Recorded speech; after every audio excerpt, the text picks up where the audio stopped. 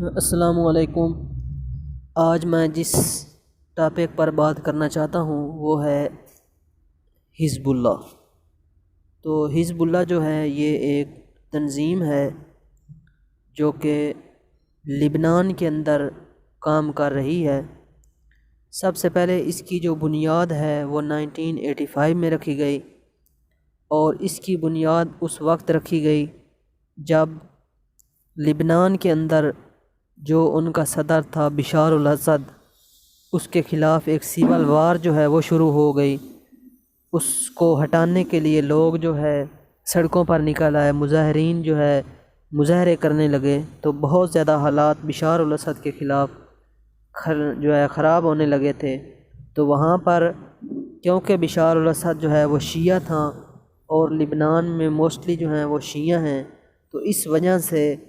کیا ہوا کہ ایران نے، جیسا کہ ایران میں بھی موسٹلی شیعہ ہیں، تو انہوں نے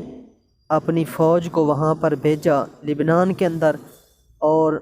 لبنان کے اندر انہوں نے 1985 میں ایک جماعت کی بنیاد رکھی جس کو حزب اللہ کہتے ہیں، اور انہوں نے بشار الاسد کو بچانے کے لیے جتنے بھی مظاہرین تھے ان کے خلاف لڑنا شروع کر دیا۔ اور وہاں پر بشار الاسد کے خلاف جو عوام سڑکوں پہ نکلی ہوئی تھی، جو ان کے خلاف لڑ رہی تھی، اس میں موسٹلی جو ہیں وہ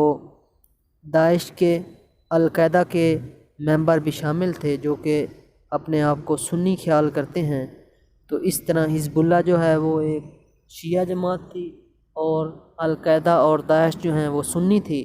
اور ان کی آپس میں جو ہے لڑائیاں شروع ہو گئیں، اور لبنان کے حالات جو ہے وہ کافی خراب کر دیے انہوں نے۔ اور حزب اللہ جو ہے اب بھی لبنان کے اندر کام کرتی ہے، یہ ایران کے اندر بھی کام کر رہی ہے، اور اس کی شاخیں جو ہیں کچھ اور ممالک میں بھی پھیل چکی ہیں، اور یہ ایک